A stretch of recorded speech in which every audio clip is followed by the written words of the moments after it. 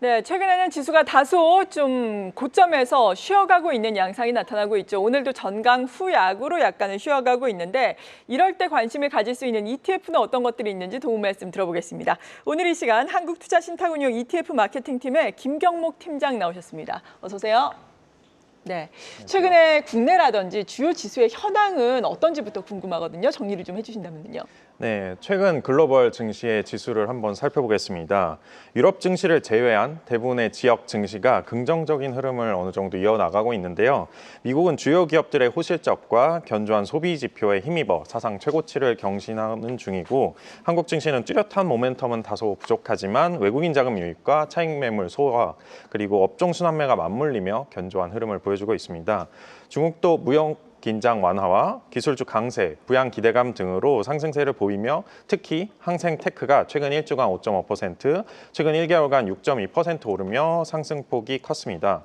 반면 유럽은 미국과의 관세 협상이 난항을 겪으면서 하락세를 기록했습니다. 네, 그렇다면은 ETF 시장은 어땠는지, 주요 ETF들의 수익률은 어땠는지 궁금한데요. 네, 지난주 좋은 성과를 보인 ETF들을 한번 정리해보면 다음과 같습니다. 1위는 플러스 글로벌 원자력 밸류체인 ETF로 트럼프 대통령이 2050년까지 미국 내 원자력 발전량을 4배로 확대하겠다는 행정명령을 발표했고, 여기에 최근에는 AI 데이터 센터 전력 수요 대응을 위한 대규모 에너지 인프라 투자 계획도 더해지며 주목을 받았습니다.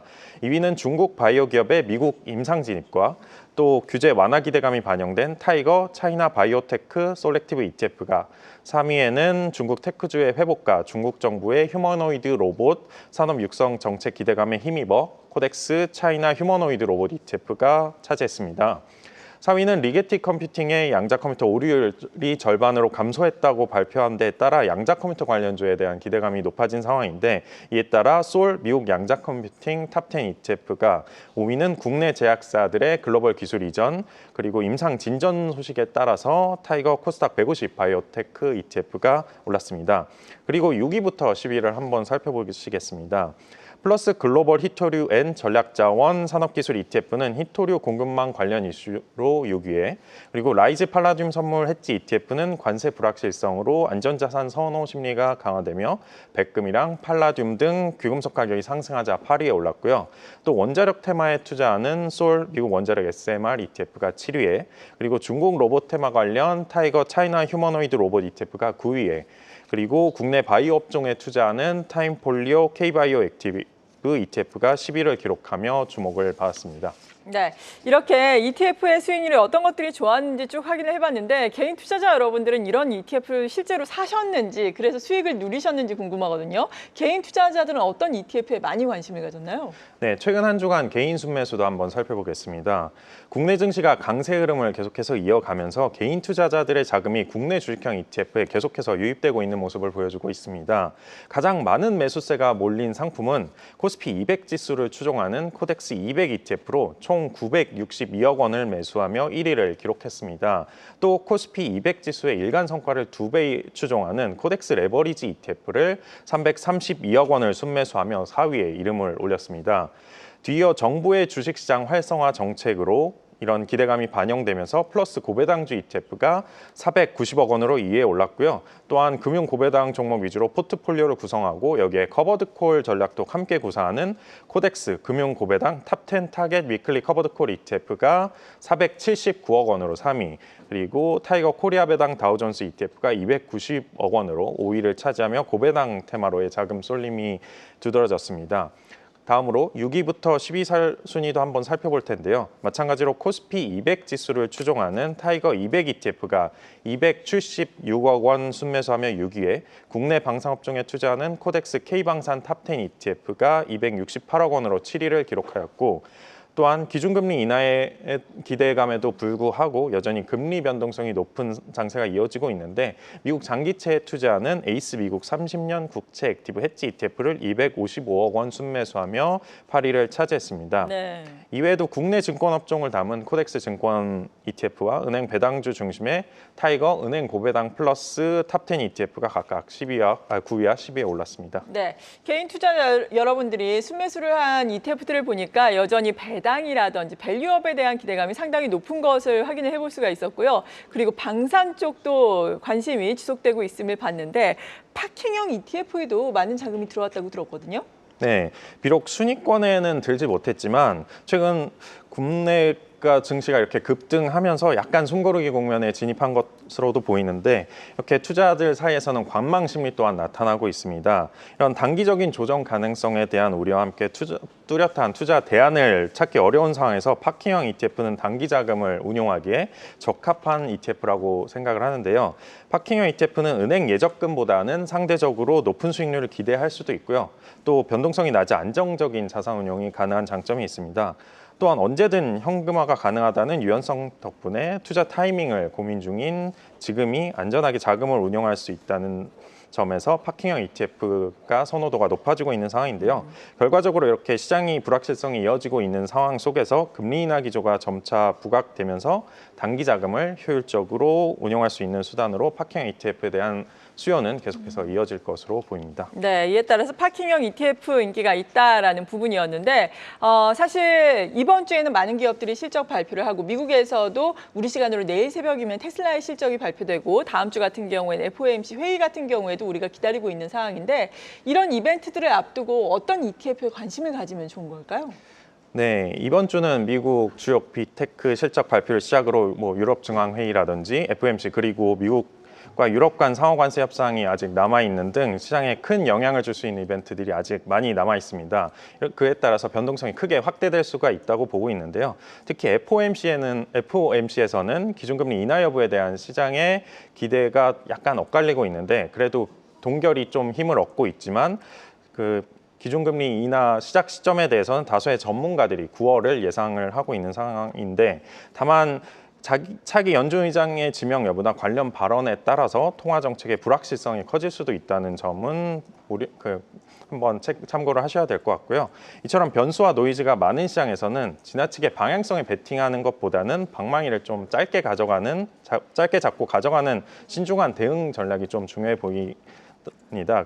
예를 들어 장기채 채권보다는 금리 민감도가 낮은 단기채 ETF를 활용해서 리스크를 좀 낮추고 또 성급하게 비중을 조정하기보다는 향후 이벤트 결과를 확인한 뒤에 조정 국면에서 추가 매수를 하든지 일부 이익을 실현하는 방향이 좀 유효하다고 보여집니다. 네. 무엇보다도 지금은 유연하게 하는 것이 가장 중요할 것이라고 생각하고요. 과도하게 좀 확신하여서 좀 집중적으로 무엇인가를 좀 편입한다던가 이런 부분은 좀 위험하지 않나 이렇게 생각하고 있습니다. 맞아요. 워낙에 순환매가 빠르게 나타나고 있기 때문에 집중적으로 뭔가를 말씀하신 것처럼 또 편입을 해서 이걸 장기적으로 가져간다라는 판단을 하기가 상당히 어려운 시장입니다. 대표적으로 반도체만 놓고 보더라도 SK 하이닉스와 관련된 HBM 또 내년의 경쟁력에 대한 노이즈가 일어나면서 급락을 하기도 했었잖아요. 오늘 같은 경우에도 반도체는 쉬어가고 있는데 반도체와 관련된 ETF의 특별한 동향이라든지 투자 전략 측면에서 본다면 어떨까요?